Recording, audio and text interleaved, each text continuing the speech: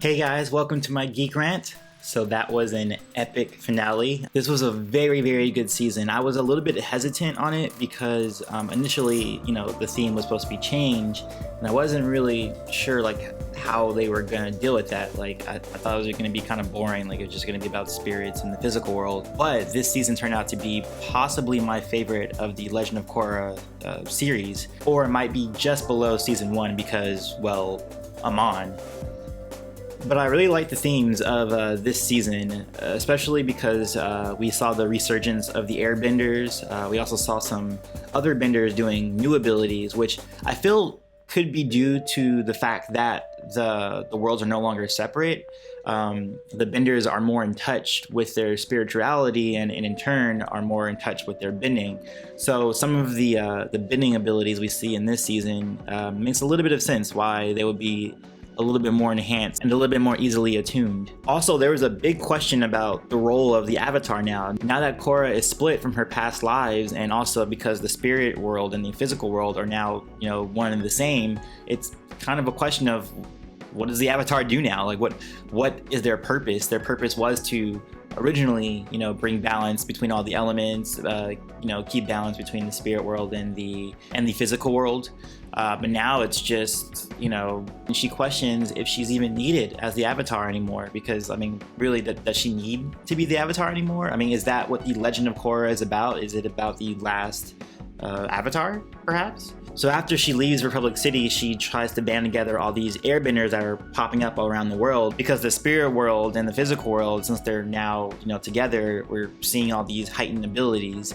But she has to deal with this new villain who is probably one of my favorite villains of this series. His name is Zahir. He's this convict that's been locked away for 13 years. He's part of this secret group called the Red Lotus, and he's an airbender. He discovers that after the harmonic conversions, he has the airbending ability, and he's been studying airbending almost all his life, and then for all the time that he's in the jail, and he realizes he's an airbender, and he does it very, very well. I also liked where Zahir was coming from in terms of his villain mentality. He essentially wanted to bring disorder to the world because he felt like the order of government versus its people was very unfair. He had no love for the Earth Queen or the president of Republic City.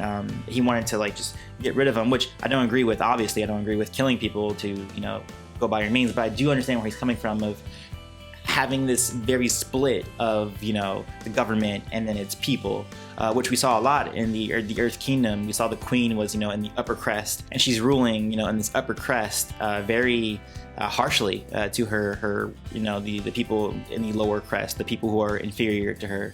So really, Zahir doesn't like the idea of hierarchy, and by extension, he's basically an anarchist. He was anti-government, and he was definitely anti-Avatar.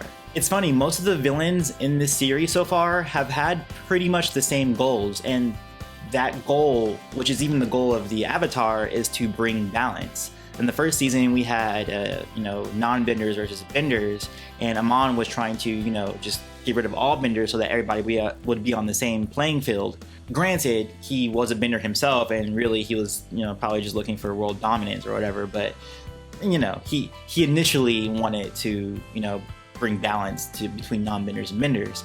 And then in the second season, we had Unalaq, who wanted to bring balance between the light and the dark, which is actually the way the natural order of things were before Avatar 1 split up Vatu and I'm forgetting the other name of the other spirit, but the light and dark spirit. But again, that's just him looking for balance again, and balance between two elements.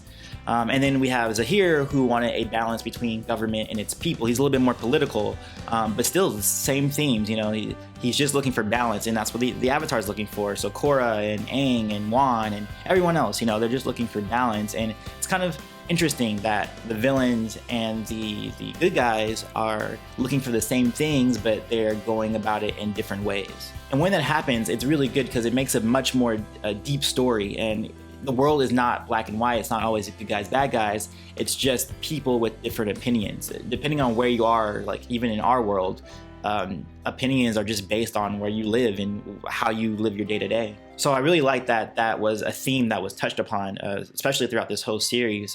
It's gotten a lot more deep than I think even the previous series of Avatar was. We also got some insight into some other characters. We saw some backstory for Toph and Lin Beifong and her sister Suyin, who happens to be her half-sister, which means Toph was with many men, which is also a great theme that in real life, people don't always stay with their high school sweetheart. They're not always with one person.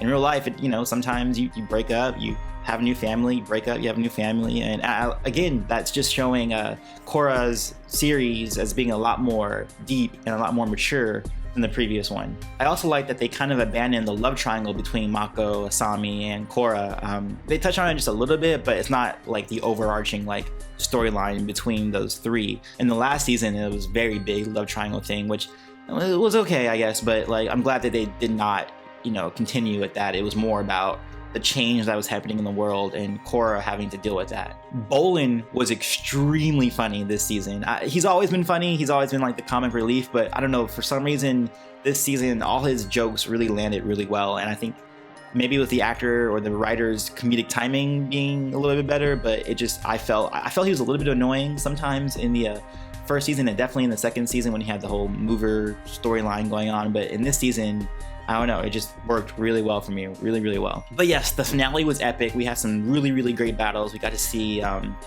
Korra in her avatar state fighting against Zahir, which was really good.